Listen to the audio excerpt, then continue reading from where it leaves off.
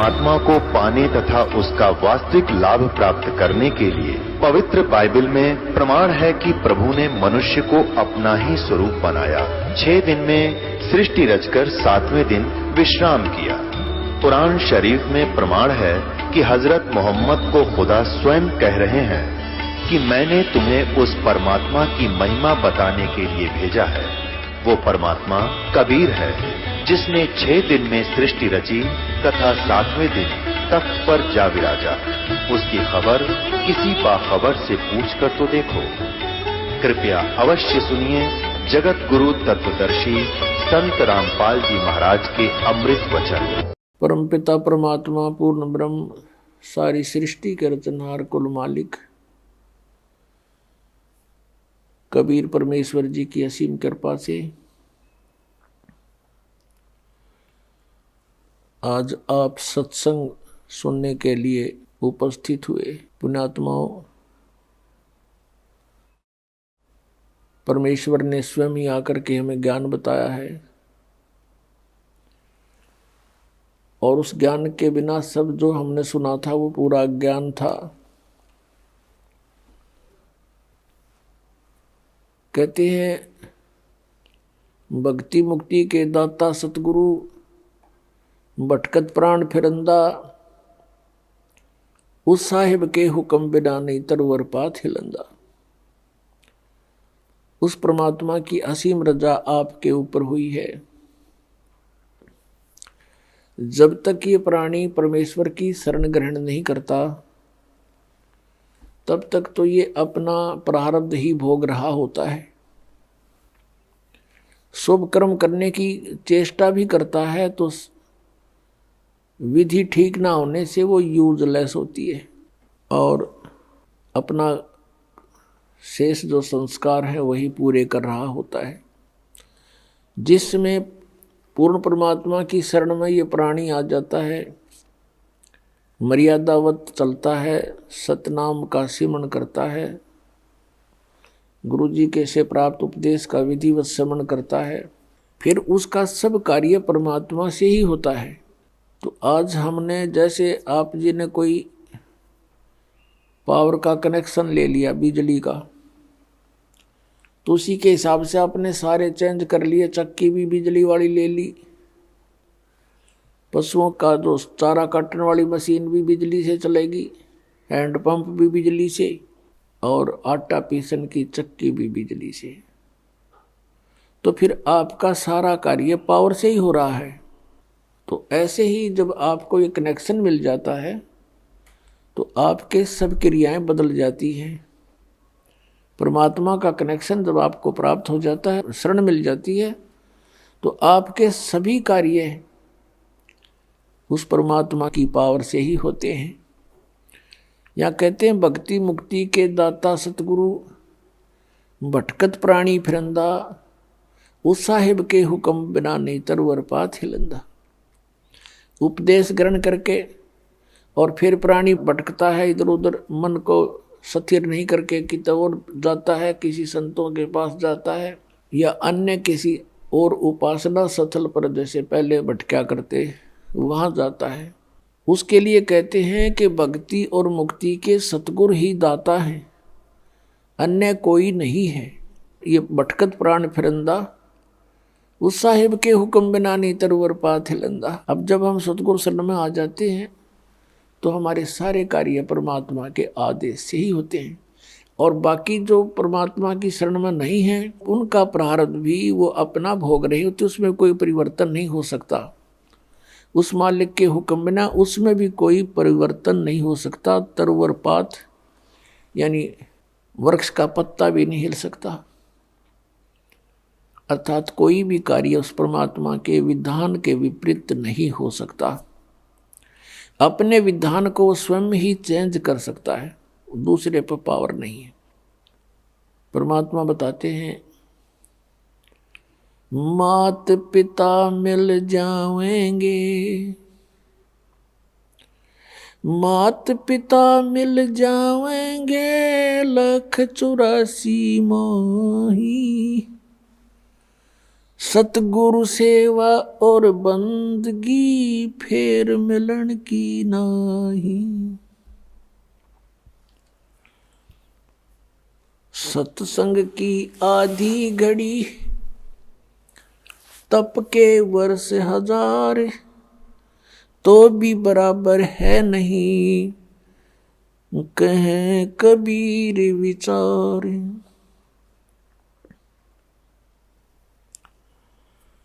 परमात्मा हमें याद दिलाते हैं कि तुम मनुष्य जीवन प्राप्त करके परमात्मा की प्राप्ति के लिए कोशिश करते हो। वो पुण्यात्मा जो पिछले भी जन्मों में मनुष्य शरीर धारण किए हुए थे और भक्ति कर रहे थे, उनको फिर तुरंत मनुष्य जीवन प्राप्त हो जाता है और फिर उनके अंदर पिछली जो प्रेरणाएं होती हैं परमात्मा की, वो विद्यमान रहती हैं। वो उसका अपना संस्कार है, वो कहाँ जन्मा है। जैसे पवित्र हिंदू धर्म में जन्म हुआ तो उसको वो पिछले संस्कार इतना दबाव देते हैं कि वो अपनी साधनाएं किए बिना रह ही नहीं सकता, तो वो साधनाएं शुरू कर देता है। किसी का मुसलमान धर्म में जन्म होता है तो वो क्रियाएं शुरू कर देगा, और अन्य धर्मों में भी ऐसे ही जानो। लेकिन पुण्यात्माओं, जब तक हम अपने सदग्रंथों से परिचित नहीं होंगे तो साधना करना भी व्यर्थ होगा। मनुष्य जीवन का मुख्य उद्देश्य है परमात्मा का पाना, और यदि परमात्मा प्राप्ति नहीं हुई तो फिर वैसे ही अपना जीवन नष्ट करना होता है। सतगुरु संगत छोड़ के चाहे लाख वर्ष जप की नहीं, इंद्री क्रम न मोक्ष होवे फिर काल के अधीन। सतगुरु की संगत छोड़ के चाहे लाख वर्ष तक जप करते रहना गुरु से विमुख होकर के, और चाहे लाख वर्ष जप करते रहना, आपको कोई लाभ नहीं होगा। इंद्री कर्म न मोक्ष होवे और फिर काल के अधीन। पुण्यात्माओं, आत्मा जब से भगवान से बिछुड़ी है, कुछ दिनों के बाद ही इसको एहसास हो गया कि हमसे कुछ खो गया है, और आज तक भी वो ऐसा ही अधूरापन महसूस कर रही है। जिस प्राणी के पास पुत्र है, पुत्री है, संतान है, संपत्ति भी खूब है और अच्छी कारोबार है, लेकिन फिर भी उसको संतुष्टि नहीं है। आत्मा फिर भी कुछ ना कुछ तलाश में है, परमात्मा की तलाश में है। वो अलग बात है कि उसको तरीका कौन सा प्राप्त हुआ है, कौन से धर्म में वो जन्मा है, तो फिर भी वो उसकी खोज कर ही रही है। अब जैसे निर्धन तो खोज करता है, मान लीजिए परमात्मा की धनी होने के लिए, निसंतान ढूंढ रहा है भगवान को, न सोच लेंगे संतान के लिए। लेकिन जिसके पास सर्व संपन्नता है, संतान भी है, संपत्ति भी है, सर्व यहाँ काल का सारा सुख है, और फिर भी वो भगवान की तलाश में है, तो इसका मतलब ये सर्व जो कुछ भी हमें प्राप्त है, जिसको हम यहाँ चाह करते हैं, ये पर्याप्त नहीं है। इसके अतिरिक्त भी कोई कार्य है जो आवश्यक है।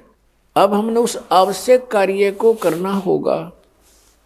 हम पहले अपना जो अनावश्यक कार्य है, केवल रोजगार के लिए, पेट के लिए, इसमें ज्यादा समय डिवोट कर रहे थे।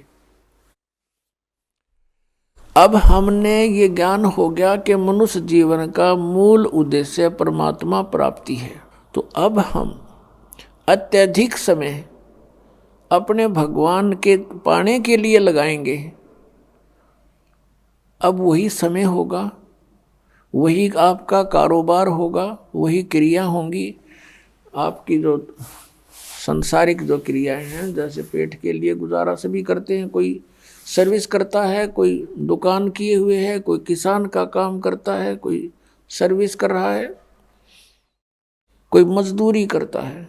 काम आपका यही रहेगा, लेकिन इसमें भगवान का समय अधिक लगाना पड़ेगा। हमने कैसे लगाना पड़ेगा? कई कहते हैं समय नहीं मिलता।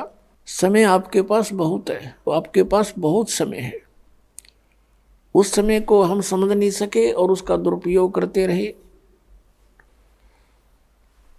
अब जैसे आप बस में बैठकर सफर कर रहे हो, मंत्र प्राप्त है आपको, बैठ के बस में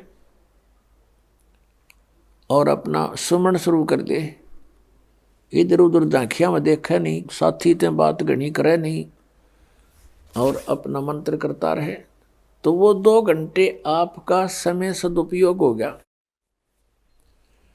आप जी किसी मजदूरी के लिए घर से चले हो, मजदूरी के स्थल तक पहुंचे तो वहां तक अपना सिमरण करे कई बार, और वहां जाकर भी मजदूर को या किसान को मानसिक कार्य नहीं होता, उसमें भी वो अपना भक्ति सिमरण कर सकता है। हमने देखा ये आली किसान हल्के पीछे पीछे कोई रागनी गा रहा है, कोई और बकवास सोच रहा है मन में सारा दिन, तो उसका सदुपयोग कर सकते हैं हम और भक्ति भी कर सकते हैं। क्योंकि किसी भी सदग्रंथ को उठाकर आप देखिएगा या किसी भी महापुरुष का अनुभव आप पढ़िएगा, उन्होंने वही कार्य किया है जो संसार के आम व्यक्ति कार्य करते हैं और उन्हीं में परमात्मा को पाया है। उसी काम में सिमरण भी किया है, हठ योग नहीं किया किसी ने। जैसे कहते हैं 2.5 घंटे सुबह और 2.5 घंटे शाम अनिवार्य है ध्यान लगाना, मेडिटेशन करना, ये व्यर्थ की बातें हैं। पहली बात तो इनका ज्ञान गलत, ये ध्यान लगाओगे का झूठा ज्ञान और ध्यान का लावे, ये वाद विदा चतुराई वाद विवाद है इनका, चतुराई दिखा रहे हैं। और बात रही हठ योग की, किसी भी संत महापुरुष ने हठ योग नहीं किया और किसी भी सदग्रंथ में प्रमाण नहीं कि तू बैठ कर कति एक जगह बैठ कर भक्ति कर ले। श्रीमद् भगवद गीता अध्याय नंबर 3 के श्लोक नंबर 4, 5, 6 में स्पष्ट किया है कि अर्जुन, यदि तू काम छोड़ कर हठ योग करने लग गया, अगर तू कर्म सन्यासी हो गया, कर्म सन्यासी का अर्थ है काम छोड़ के और एक जगह बैठ जा, चाहे जंगल में बैठा चाहे कोई गुफा बना ले या घर पर बैठ के वो व्यर्थ प्रयत्न कर रहा है, तो फिर तेरा निर्वाह कैसे चलेगा?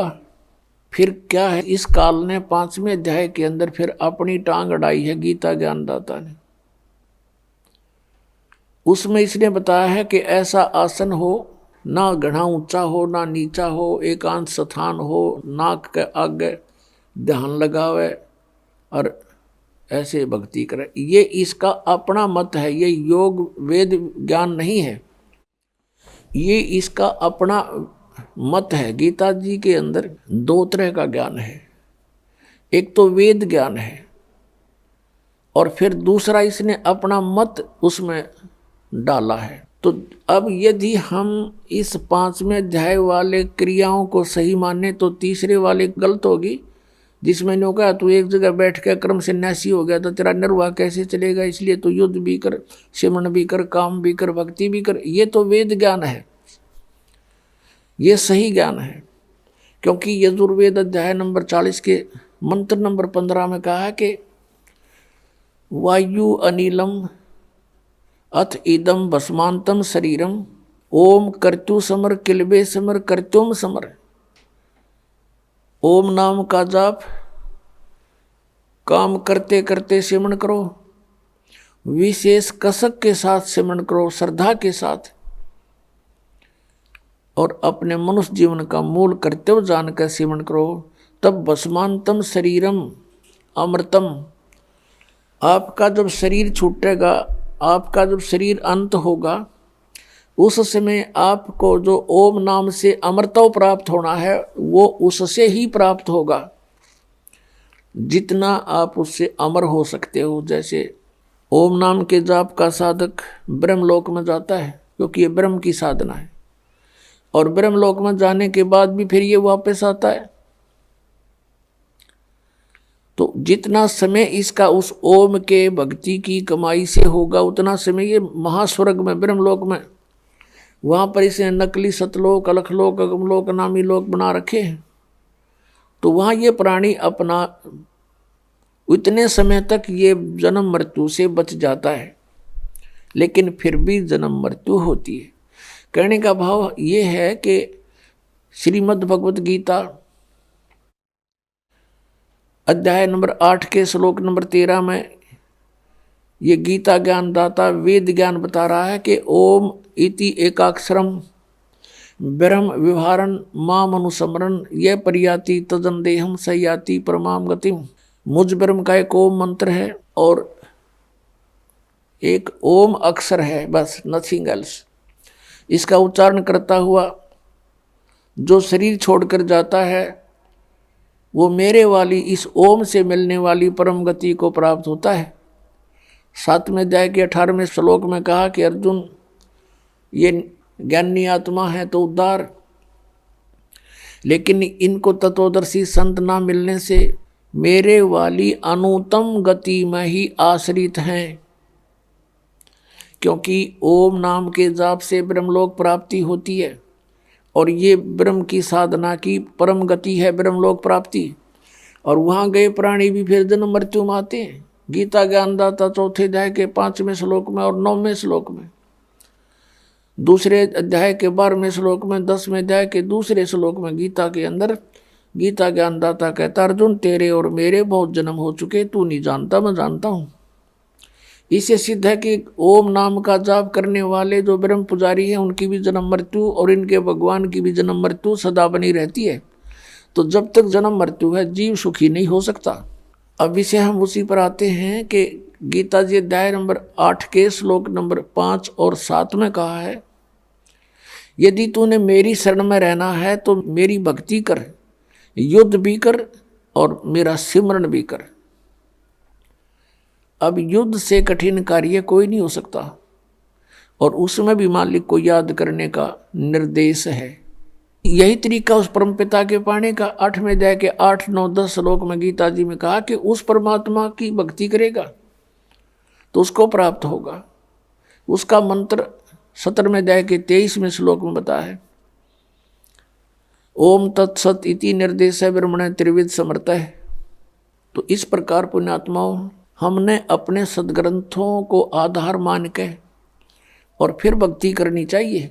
वैसे धूल में लठ लगाने से कोई फायदा नहीं। अंधाधुंध कितना कुछ कर रहा है, कोई कुछ कर रहा है, धुंध डूंडा ठा रहे हैं, कोई तप कर रहा है, कोई व्रत रख रहा है, तो ये कहीं प्रमाण है इन साधनाओं से किसी को कोई प्राप्ति हुई?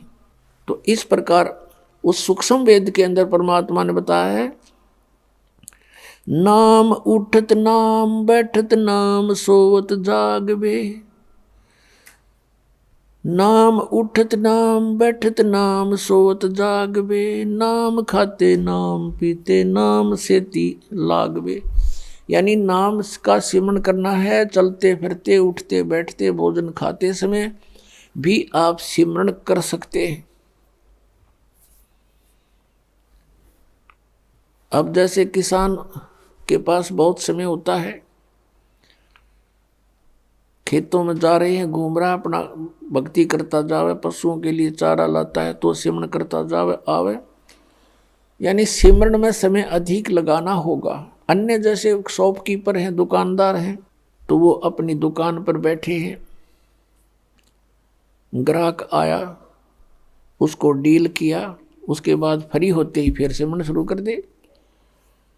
लेकिन मन की आदत है, काल ने ऐसा कुछ हमारे अंदर प्रेरणा कर रखी है कि भक्ति ना करके बाकी कुछ भी कर लो, और कितने डले डोलो, कति मन हार नहीं मानता। एक समय किसी व्यक्ति को किसी उसके गुरु ने बताया कि तू जाप करवा दे, इतने जाप करवा दे, किसी मंत्र दे दिया श्लोक सा। तो उसके लिए उसने कोई और ब्राह्मण तो मिले को नहीं, उस अपने गुरु से पूछा, जी ब्राह्मण नहीं मिल रहे हैं, मैं किसी और से करा सकता हूँ? कहाँ, मैं किसी से करा दे, फिर इतने मंत्र करा दे तू।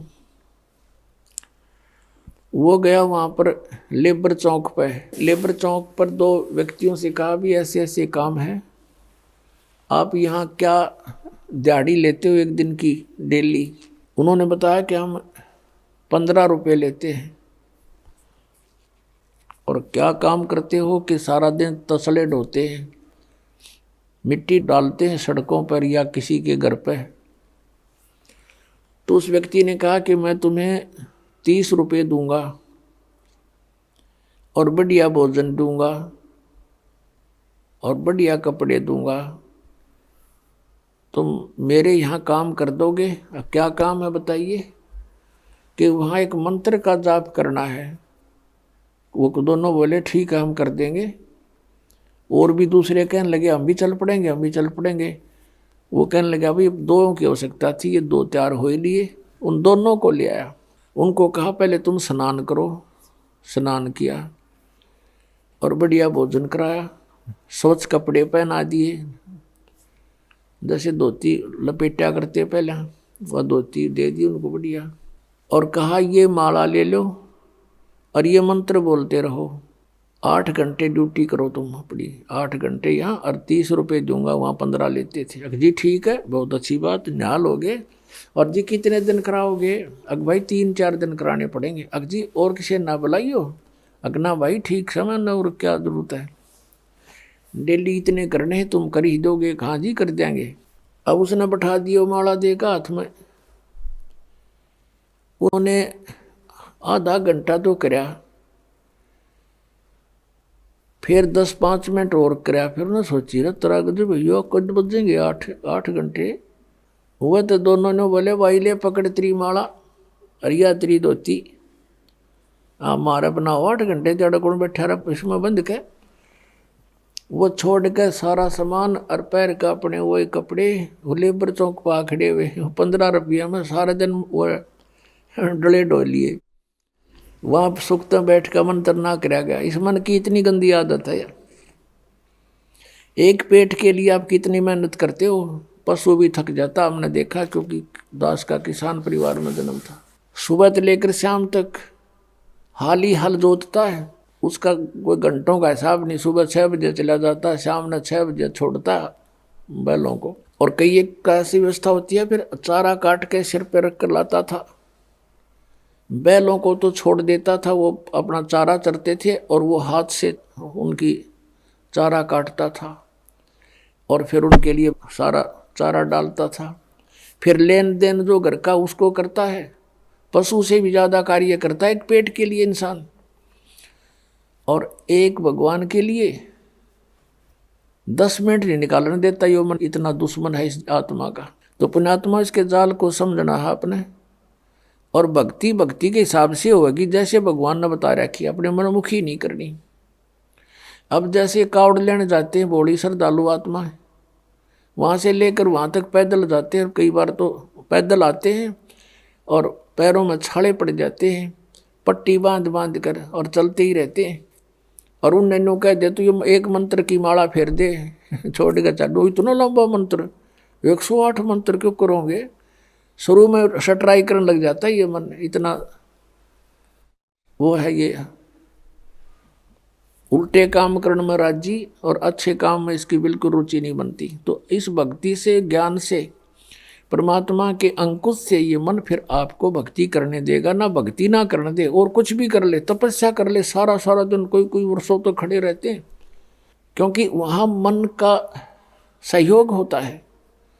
और मन ये काल है, ये चाहता है कि परमात्मा की भक्ति ना करके यो प्राणी बाकी कुछ भी करता रहे, अपने पंजे नीचे है यो। पेट पलनियाँ चलते हैं, उन इष्ट दामों पर जाते हैं, पेट के बल ऐसे आगे निशान लगा दिया, फिर वहाँ पहुँच गए, उठकर फिर निशान लगा दिया।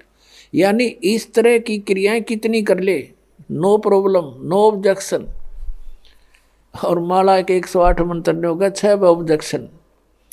एक माला पूरी नहीं करने दे, इतने पता नहीं कहाँ का सोचेगा, चल वहाँ चलते हैं, वो काम था, फलाना था, फिर कर लेंगे, चल छोड़ इसको, फिर क्या था, फिर पता नहीं कहाँ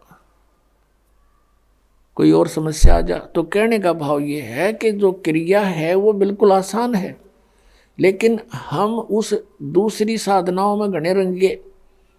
अब उस रंग को कति छोड़ना पड़ेगा। वो साधना आप जो पहले किसी तरीके से भी करते थे वो नहीं करनी है।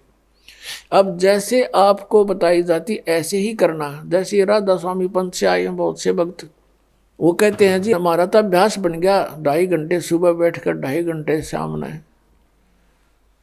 तो हम, और जब तक ना बैठा हमारा मन सा ना भरता तो ये नहीं करना आपने।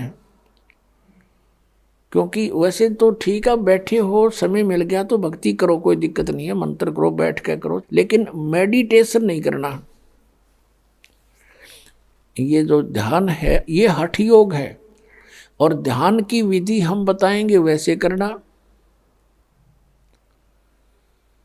अब जब आपको परमात्मा की चाह बनेगी, आपका ध्यान ऑटोमेटिकली मेडिटेशन होगा। कैसे होगा?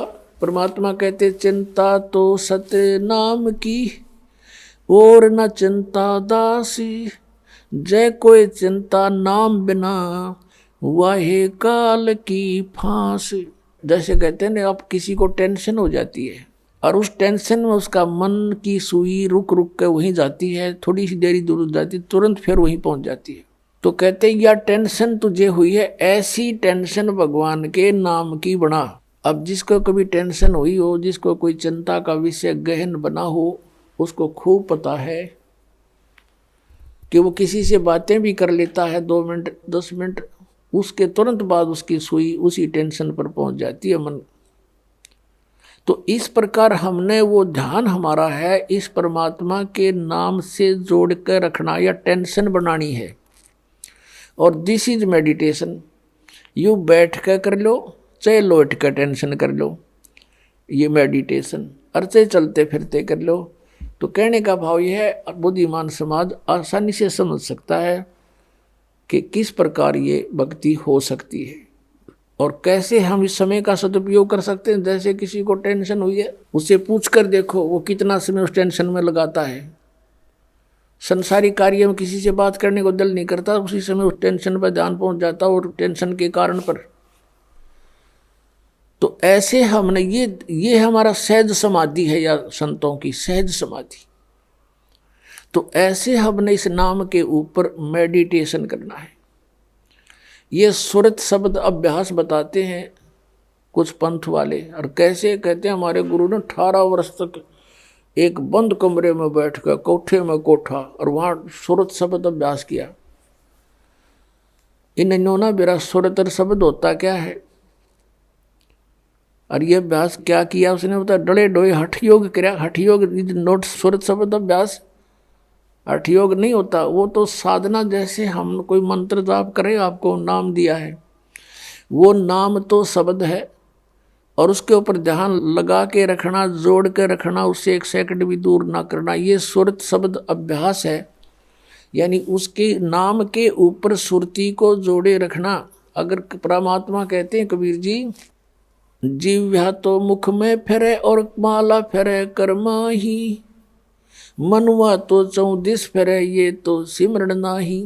उधर से आप समण कर रहे हो और मन सैर सपट्टे कर रहा है, ये समण नहीं है।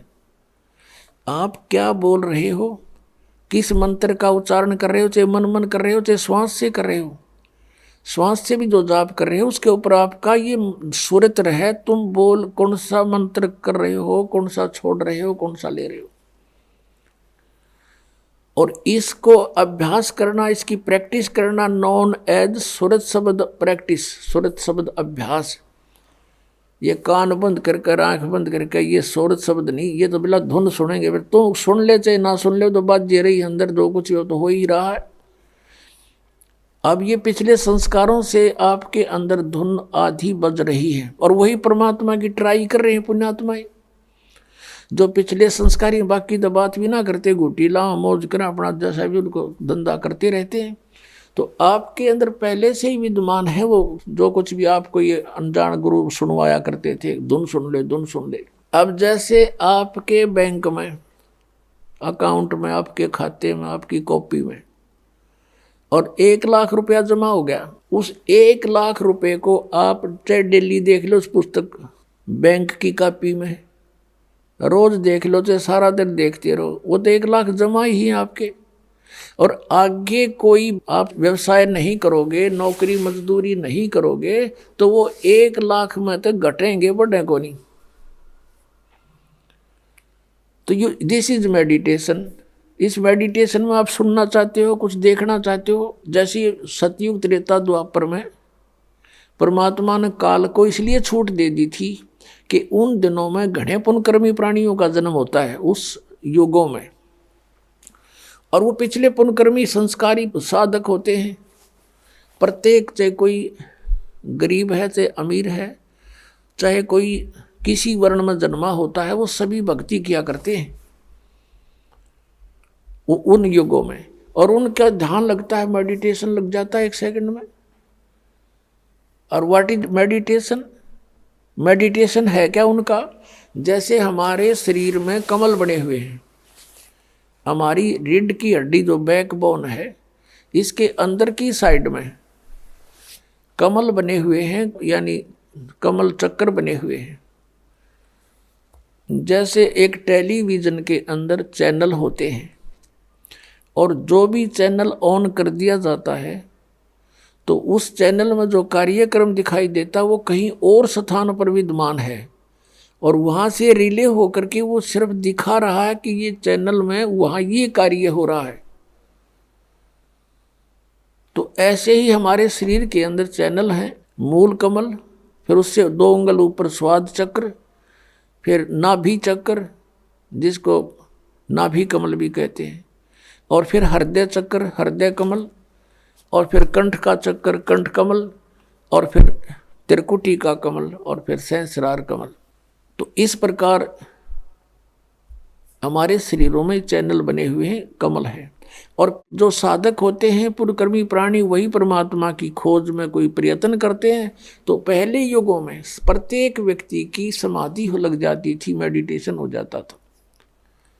जो ट्राई करना चाहता था तो फिर वो ये सोच ले, उसको फिर अंदर क्या होता है, उसका कोई कमल पिछले पुण्यों से, पिछले संस्कार से खुल जाता है अभ्यास से।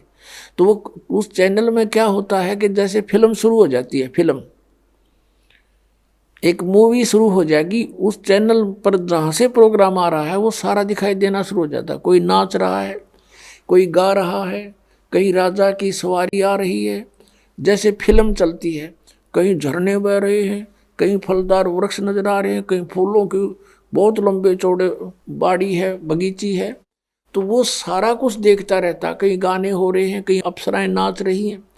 तो मेडिटेशन करने वाले जो साधक होते थे, तो यो मन वैसे ना टेकने दे उनको, 10 मिनट भी ना बैठने दे। ये तो कई घंटियां बैठे रहा करते, कई वर्षों तक बैठ जाते थे। अब अंदर यू बाहर की वस्तुओं से इस मन को अधिक अट्रैक्टिव चीजें अंदर दिखाई देनी शुरू कर देती है। इसलिए ये फिर वहां धक्के खाता रहता, उस देखता रहता उस चैनल पर मूवी को। ना ये सिमरण करता, सिर्फ बैठ के हठ योग हो गया, इस तप बन गया। तप से राज प्राप्ति होती है, तप से राज मदमानम, और जन्म तीसरे फिर शुक्र सवानम। 2.5 घंटे सुबह बैठ कर ये के ढूंढेंगे भगवान को, ये सिर्फ मूर्ख बनाने वाली बातें हैं। नीम हकीमों का ये तरीका है। तो ऐसे ये ऋषि लोग सतयुग त्रेता द्वापर में ऐसे साधना किया करते, सभी करते थे। जैसे आपने महाभारत पढ़ा हो तो युद्ध के बाद श्री कृष्ण भी अपना ध्यान करता है, सिमरण करता है, अर्जुन भी बैठ जाता है, ध्यान करते हैं, सिमरण करते हैं। लेकिन सिमरण उस टाइम तो उनका युद्ध का वो था, कल क्या करना है, बेशक वो बैठ जाते थे, लेकिन वो जो समस्या थी उनकी, उन्हीं पर उनके विचार विमर्श आंतरिक होते थे। भाव ये है कहने का कि उनके पिछले इतिहास से हमें पता लगता है कि प्रत्येक प्राणी भक्ति करने की चेष्टा करता ही रहा है, और उस समय उनकी समाधियां भी लग जाती थी, जिस कारण से वो अपने क्रिया को अंतिम और सही मानते रहे। गीता जी अध्याय नंबर 4 के श्लोक नंबर 25 से लेकर 30 तक स्पष्ट किया है कि अर्जुन कोई देवताओं की पूजा करता है, कोई मेडिटेशन करता है, ध्यान लगाता है, कोई स्वाध्याय करता है, और कोई तीक्ष्ण अहिंसावादी व्रत रखता है, और कोई प्राणायाम करता है, कोई केवल योग आसन ही करता है, और सभी अपनी अपनी साधनाओं को पाप नाशक जानते हैं। फिर गीता जी अध्याय नंबर 4 के श्लोक 32 में कहा कि अर्जुन, ऐसी धार्मिक अनुष्ठानों की जानकारी विस्तार के साथ सच्चिदानंद घन ब्रह्म की वाणी में ब्रह्मणे मुखे उसमें कही गई है सही विस्तार के साथ। परमेश्वर ने स्वयं आकर अपने मुख कमल से बोली है, वो साधना है सही, और वो है तत्व ज्ञान। चौथे अध्याय के 34वें श्लोक में कहा कि फिर उस तत्व ज्ञान को तू तत्वदर्शी संतों के पास जाकर समझ,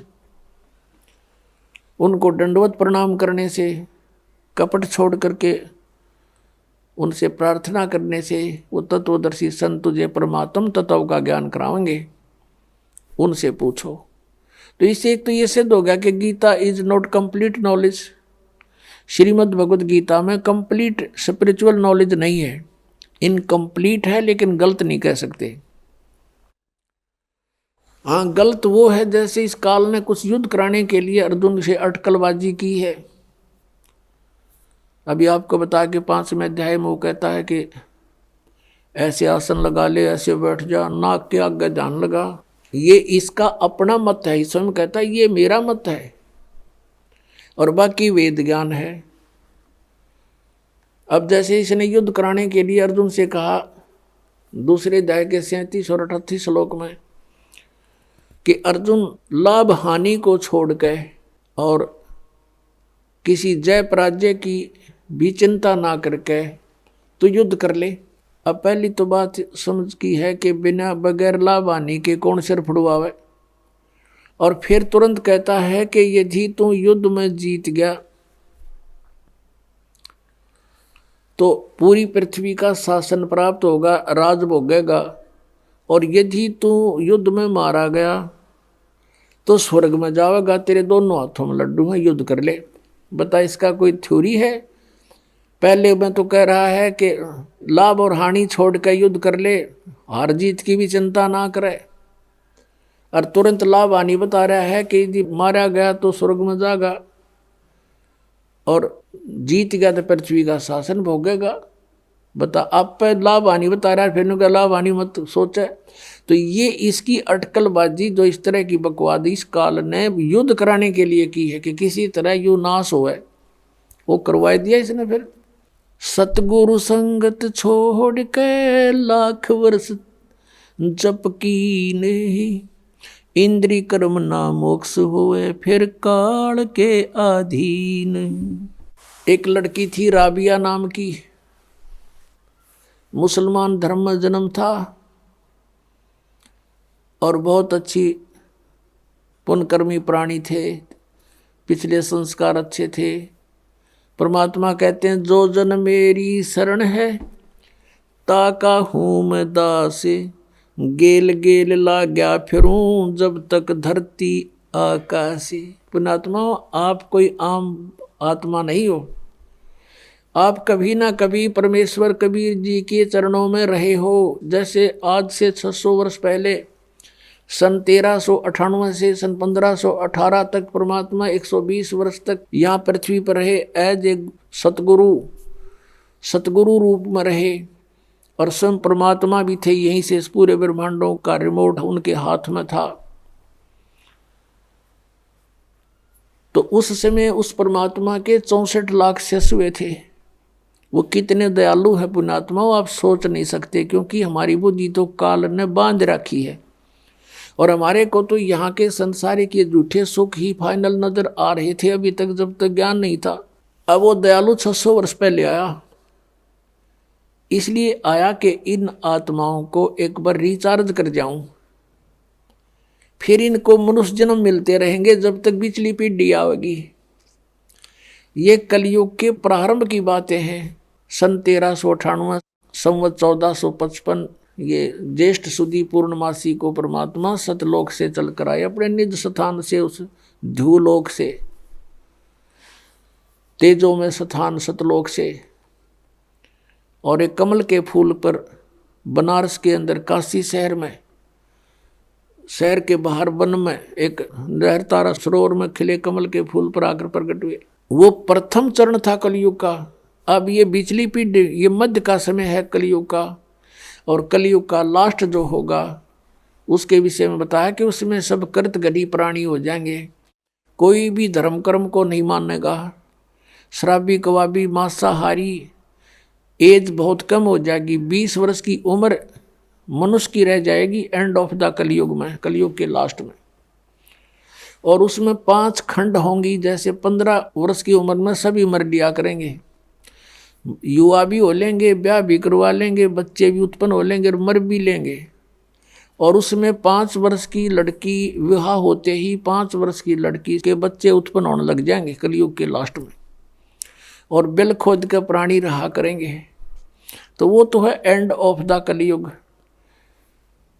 और अब है ये मध्य, और प्रथम पीढ़ी परमात्मा की जब मालिक आए थे वो थी, और अब है बीचली पीढ़ी। तो इस बीचली पीढ़ी तक आपको लाने के लिए कि ये मनुष्य इनमें आस्था भगवान की बनी रहे, चाहे ये कोई पत्थर पूजे हैं, चाहे ये किसी कृष्ण जी ने पूजे हैं, चाहे ये कोई और अपना बाबा श्याम जी के धोख में प्रसन्न है, लेकिन वो थे पूर्व के संस्कार। और हम सोच रहे थे कि इन देवताओं की पूजा से हमें सुख हो रहा है, क्योंकि हमें ज्ञान नहीं था। जैसे ये दास भगवान श्री कृष्ण का विशेष पुजारी था, भगवान विष्णु समझो, कृष्ण श्री राम, भगवान शंकर हनुमान जी का पुजारी, यानी जैसे सारी कौड़ी भर रहे थे। पहले साधली साधना कराया करते थे। बाबा श्याम जी हमारा इष्ट देव यानी कुल देवता, और वो भी पूजा। और ये थे तब पिछले संस्कारी बताएं कुल की हमारी। तो उसमें जैसे हम स्कूल में पास होते थे शिक्षा में, तो अपने सोचा करते भगवान कृष्ण ने दया करती, फिर बाबा श्याम जी याद आ गया, बाबा श्याम जी ने दया कर दी, बजरंग बली की मेर जय हो, उसने मैं पास करा दिया। फिर विवाह हुआ, नौकरी प्राप्त हुई, संतान हुई, तो इन्होंने सोचा करते इन भगवान ठाठ कर दिए, और इनकी पूजा करते थे। आस्था थी और ज़्यादा आस्था बढ़ती चली गई, क्योंकि सुख होने लगे। ये हो रहे थे पूर्व के संस्कार, प्रारब्ध ही फल रहा था हमारा, और हम सोच रहे थे इनने मौज कर रखी है। तो ऐसे ही पहले ये सब होता रहा। तो परमात्मा 600 वर्ष पहले आए थे, और वो कहीं भी जा करके खड़े हो जाते थे, जैसे कोई मदारी तमाशा कराया करे, और खड़े हो जाते थे चौराहे पर या गली के बीच में गांव में, और वहाँ गाने लग जाते थे, अपना शब्द सुनाया करते थे। मानुष जन्म दुर्लभ है, ये मिले न बारंबार, तरवर से पत्ता टूट गिरे, बोर न लगता डार। परमात्मा ने ऊंची ऊंची आवाज़ में कहीं खड़े होकर बोलने लग जाते, आसपास के लोग इकट्ठे हो जाते, काफ़ी झुंड बन जाता। और मालिक की आवाज़ तो लाउड स्पीकर से भी तेज थी, जहाँ जो बैठा उसको वहीं सुन रहा है और आराम से बोल रहे हैं। और लीला थी उस मालिक की, परमात्मा के आगे क्या है लाउड स्पीकर। तो ऐसे सैकड़ों की संख्या में भक्त वहाँ जमा हो जाते, फिर प्रार्थना करते, हे भगत जी आज़ाद और डट जाओ हमारे गाँव में। अच्छा भाई डट जाऊँगा, वो तो गए इस उद्देश्य से थे। फिर अगले दिन फिर परमात्मा शाम ने भी सुनाते, दिन में वो अपना धंधा कराए थे, शाम ने फिर कराएंगे भैया जी हो। ऐसे लाखों लोग हो गए थे भगवान के, एक दिन में सैकड़ों जगह प्रकट हो जाते हैं भगवान। जैसे आज तो ये टीवी हो गए, एक व्यक्ति बोलता करोड़ों टीवियों में जाकर वो सारा अपना ज्ञान दे सकता है। उस समय ये भी नहीं थे, और ये होते तो कबीर साहब ने बोलन कौन देता, जैसे इस दास के साथ हो रही। अब जिस पर भी हमारा ज्ञान चलता है, ये नकली संत जब बंद करवा देते, बंद करो, ये तो झूठ बोल रहा है, निंदा करता है। तो परमात्मा ने दूसरा तरीका अपना लिया, उस टाइम चलना की जरूरत ना पड़ी। तो ऐसे, और फिर उनको सुख हुआ नाम लेते ही, केवल प्रथम मंत्र देते थे भगवान उस समय, और बीच के ओनली ये 5 नाम जो आपको प्रथम मंत्र में दिए जाते, ये थे वो 5 नाम जो राधा स्वामी वाले घाटा जोड़ रहे हैं। 5 नाम, वो 5 भी नाम वो भी कोई ना काल के 5 होते हैं। और इनसे लाभ होगा आपको यहाँ का भी, और यहाँ से हम चलेंगे, जैसे हमारे शरीर में चैनल बने हुए हैं, इनमें ये प्रधान बैठे हैं, इनके मालिक हैं ये, इनका अकाउंट क्लियर करके हम आगे जा सकते हैं त्रिकुटी पर। तो उस समय हमें ज्ञान आधार नहीं रहा, सुख गणे दिए परमात्मा ने, क्योंकि ये सुख सागर है प्रभु। इसकी शरण में आते ही किसी को प्रेतबाधा थी, कोई देव रुष्ट था, या कोई शारीरिक कष्ट था, कोई सांसारिक बाधाएं थी, कोई कर्म ठीक नहीं हो रहे थे कार्य, वो सब ठीक होते चले गए।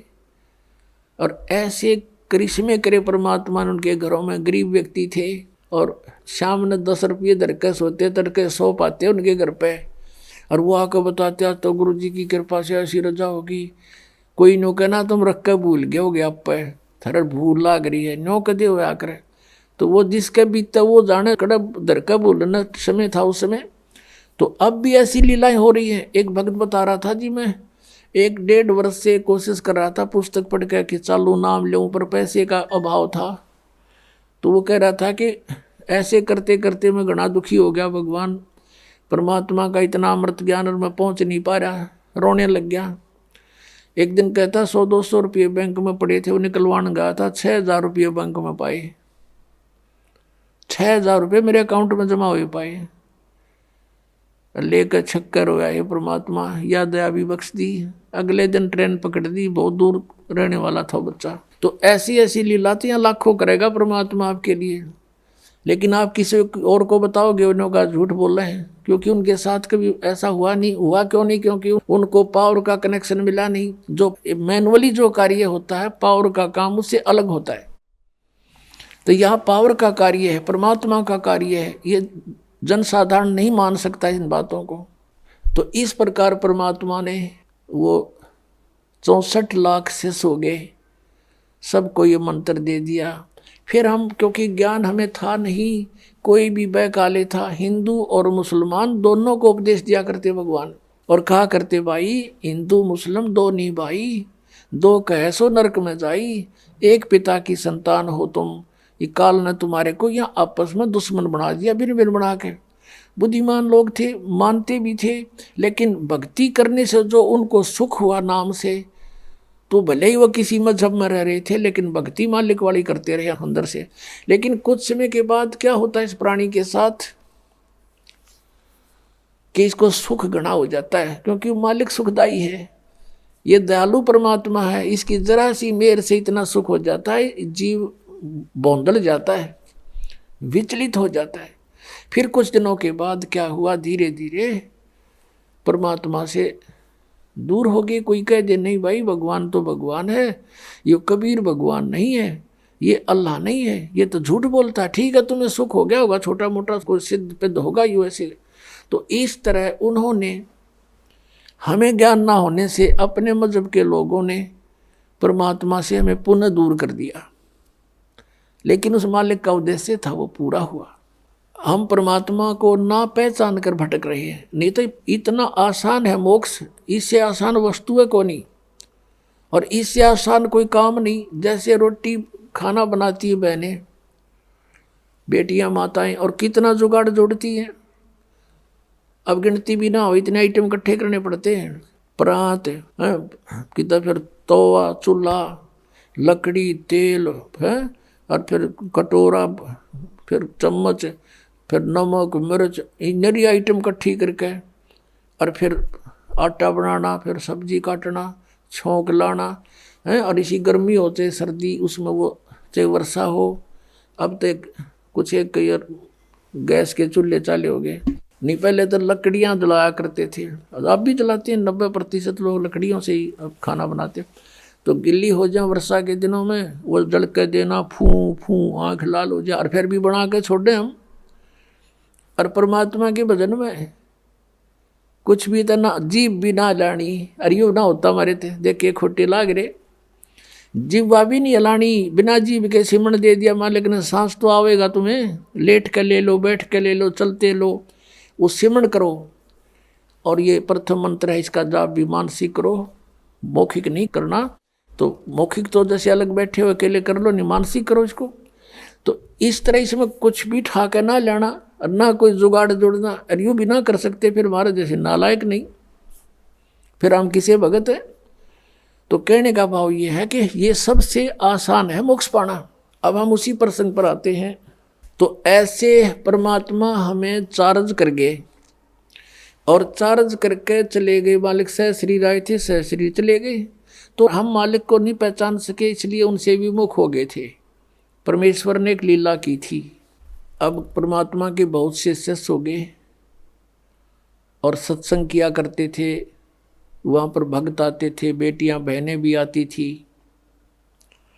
तो जब हमें सुख हो जाता है तो हम अपने परमात्मा में भी दोष निकालना शुरू कर देते। ये मन की आदत है, मन चाहता है इसे दूर करूं किसी प्रकार परमात्मा से। एक वैश्या थी गणिका, उस बेटी ने, बहन ने रात्रि के समय सत्संग सुन लिया, कोई दया हुई परमात्मा की, वह झांकी में बैठ गई अपने मकान में। रात का समय था, कहीं दूरी पर सत्संग हो रहा था, और रात्रि का जो साइलेंट पीरियड होता है, बिल्कुल शांत मौसम होता है, वातावरण, दूर तो का आवाज़ जाती है, और परमात्मा तो चाहे उसको सुना दे अगर दूर बैठे। तो उस बेटी ने सारी रात सत्संग सुना कि मनुष्य जन्म परमात्मा पाने के लिए प्राप्त हुआ है, और इसकी भक्ति ना करके असंग जन्म कुत्ते बने, असंग जन्म गधे बने। वो सारी डिटेल मालिक ने सत्संग में सुनाई। तो उस बेटी का एकदम प्रेरणा होगी। पुण्यात्मा, सत्संग एक ऐसी वस्तु है, ये ऐसा तत्व है कि आत्मा को जोड़ कर धर देता है, चाहे कसाई भी क्यों ना हो। तो उस बहन की नींद हराम होगी, तेने तो जुल्म कर दिया, तेरा तो कोड लगेगा, बुरा हाल होगा, और शुभ काम कोई बना नहीं है भगवान। अब क्या बने?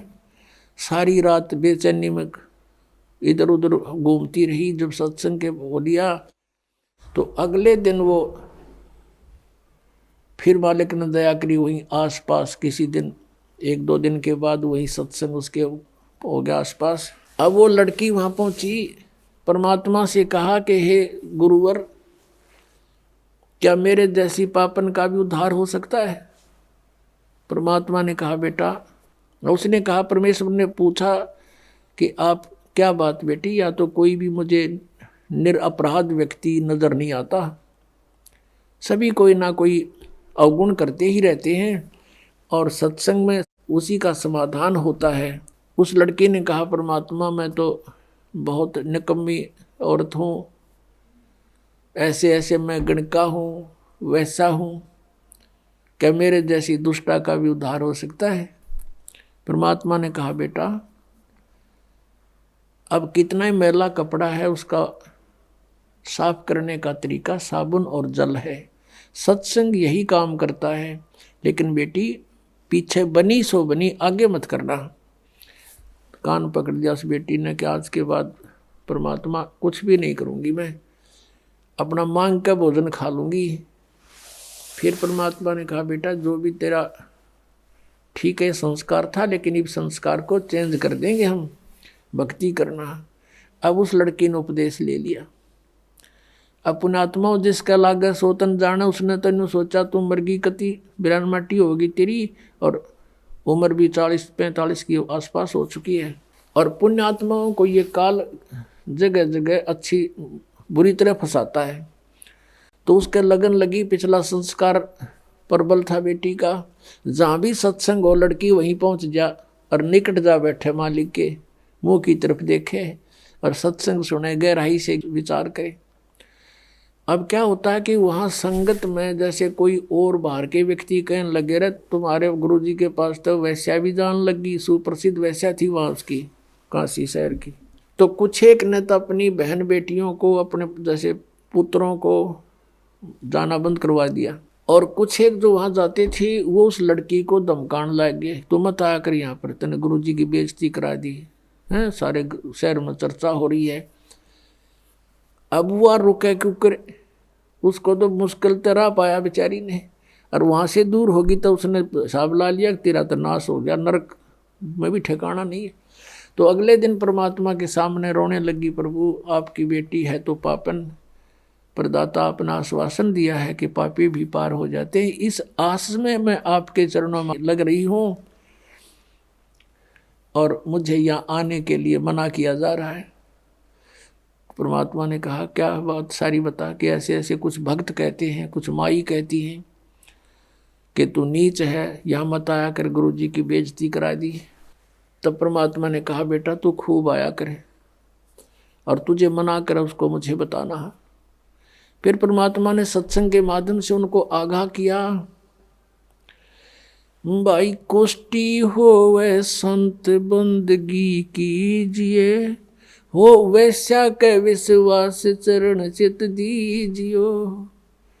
यदि कोई भगत के कोड भी लाग रहा हो, चाहे कैंसर हो रही हो, लाड़ पड़ती हो, और वो भक्ति कर रहा है, नाम ले रखा है, उससे नफरत नहीं करनी चाहिए, उसको भी सत्साई बुलावे, प्यार से बोले, ये तो किसी का भी हो सके यह बीमारी, तो आपका भी हो सके जब बकवाद करोगे तो। लेकिन अब वो भक्ति कर रहा है तो भक्त हो गया वो, और इससे उसको राहत भी मिलेगी। और जैसे कहते हो वैसा कह विश्वास चरण चित दीजिए। यदि किसी बहन बेटी गलती से किसी भी दुष्कर्म में फंसी हुई है और वो भी सच्ची लगन से भक्ति करती है, कहते हैं उसको भी रिस्पेक्ट देना, बकवाद नहीं करनी चाहिए। तो इस तरह के बहुत से प्रमाण दिए कि इंसान अपने अवगुणों को नहीं देखता, दूसरों में दोष निकालता है। और ये खास बात होती है कि चोर को चोर दिखाई देते हैं और दुष्कर्मी को सभी दुष्कर्मी दिखाई देते हैं। जैसे एक चोर आकर के एक नेक व्यक्ति के घर पर रुक गया, राह चलता अतिथि बनके। अब उस नेक व्यक्ति ने उसको एक नेक अतिथि जाना, क्योंकि वो स्वयं नेक था। उसने उसको चोर नहीं माना, खाना खिलाया, बढ़िया वस्त्र दिए, सर्दियों के दिन थे, अपने घर में चौक में सोया जहाँ आप सो रहा था। अब धनी तो सो गया ठाठ से, चोर उठा, उसका धन निकाल कर रात को चंपत हुआ। अब वो चोर तो चोर था, लेकिन उस नेक आदमी को चोर दिखाई नहीं दिया। फिर एक नेक व्यक्ति उस चोर के घर पर डट गया, राह चलता। अब उसने रोक लिया, रुक गया। अब वो नेक व्यक्ति तो सामने सो गया उसके घर पे, और वो सारी रात जागता रहा। कदे यूँ चोरी कर ले जा रात ने, कदे चोरी कर ले जा रात ने, यूँ जागता रहा। क्योंकि वो दोष उसमें खुद विद्यमान था, उस नेक व्यक्ति में नहीं था, अतिथि में।